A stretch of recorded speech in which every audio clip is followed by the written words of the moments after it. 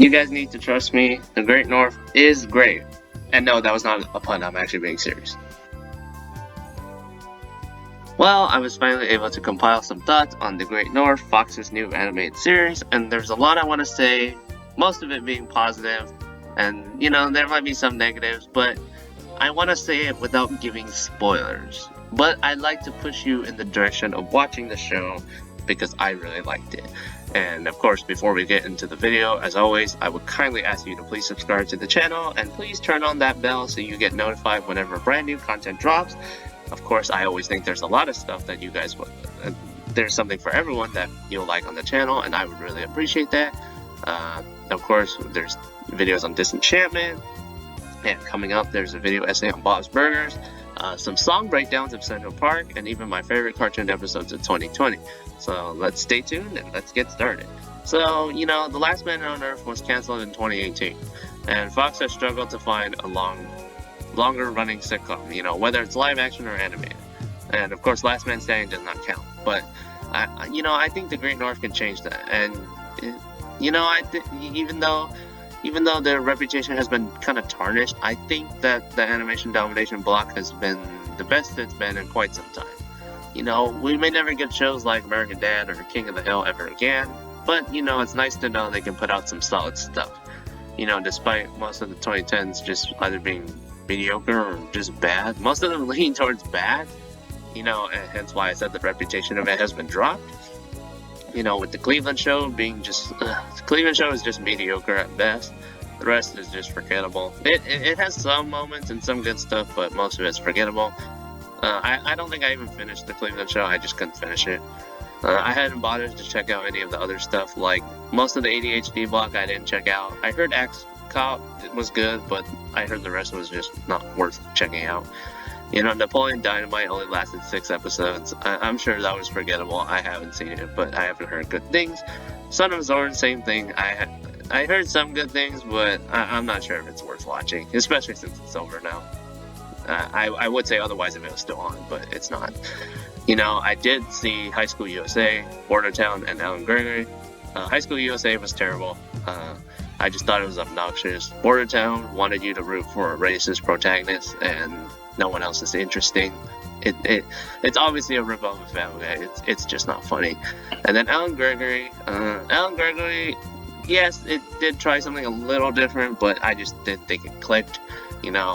Alan and his dad are unlikable people, and even the likable characters like Alan's second dad Jeremy and his sister Julie don't really get any character development. I think they're likable people.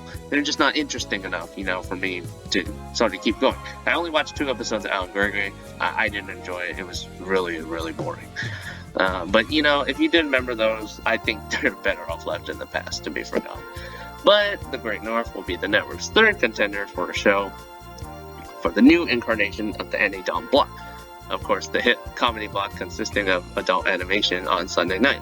The first series on the new incarnation was Bless the Hearts, and the second was Duncanville, both of which debuted to critical acclaim, and both have been renewed for Season 2, as Bless the Hearts Season 2 is airing right now. And now here comes The Great North. And, unlike those two, this one was renewed for a 2nd season before the 1st season had even aired. But is that a good sign? But, first I want to start off with the cast. It's fantastic across the board. With huge cast members like Nick Offerman, Jenny Slate, Will Forte, Megan Mullally, Alanis Morissette, even. What's not to like about it, They all do a great job with their lines.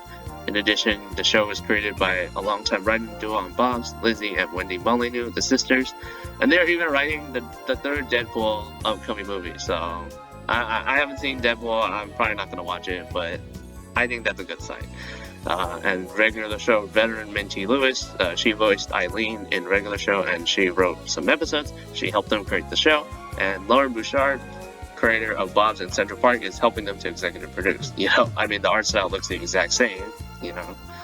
With these big names in the writing business, it's no doubt that their experience in writing and producing was a very important part into contributing to a very solid series. And yeah, the theme song is pretty decent, to be honest. I know a lot of people don't like it, but I'd say it was okay, I also like the credit scene, but because, you can actually see the credits as opposed to Duncanville where they're all so small at the end of the thing, and it's like, yeah, you get an extra 30 seconds, but I want to see the credits. So yeah, I think the Great North did good on that by following Bob's Burgers.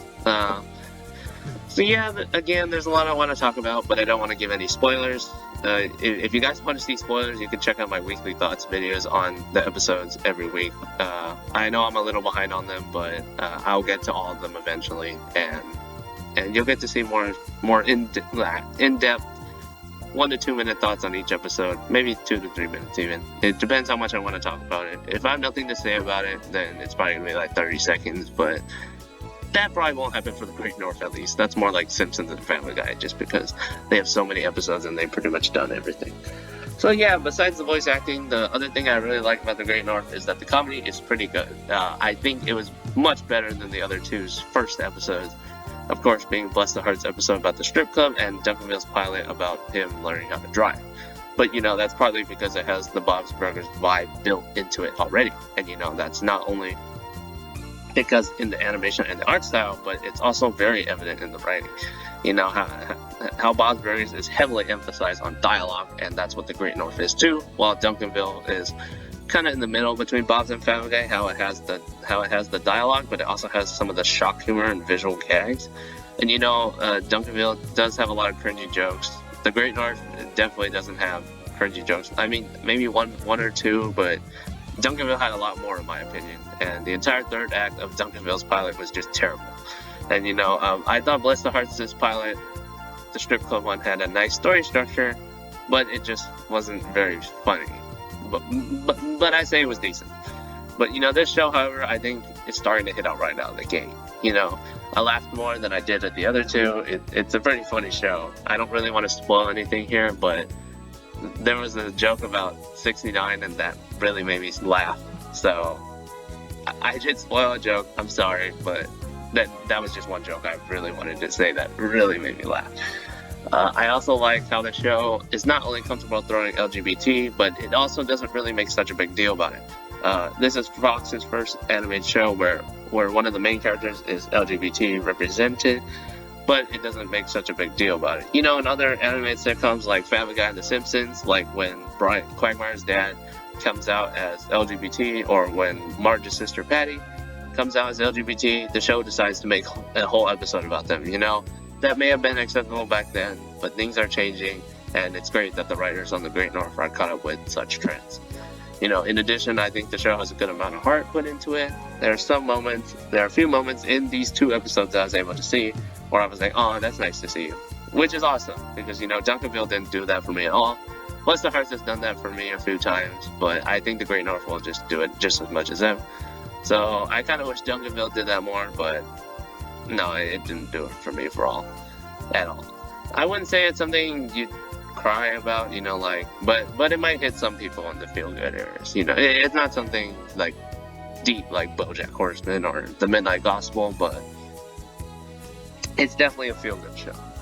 And the show, again, has been renewed for a second season in advance, so we'll be seeing more of the Tobins for quite some time.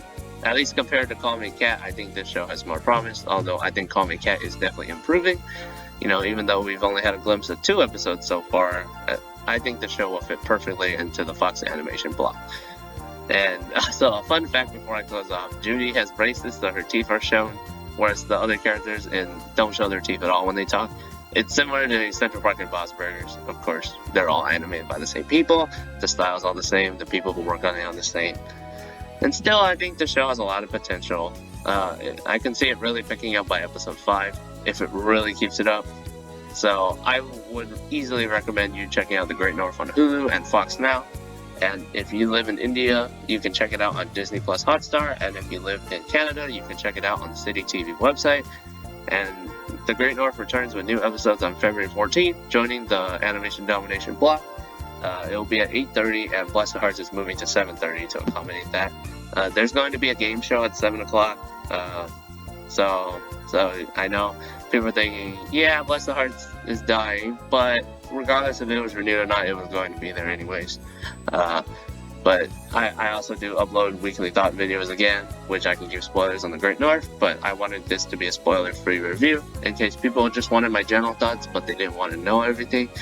And of course, thank you all for watching. I hope you guys check out the Great North. I think you guys will really like it. If you like this video, you might want to check out some of my other videos on the right hand corner, or what you might think YouTube might recommend that's from me that you might want to watch. As always, I think there's something that everyone will like, or someone will enjoy. And thank you so much for watching, and I'll see you guys next time. Goodbye.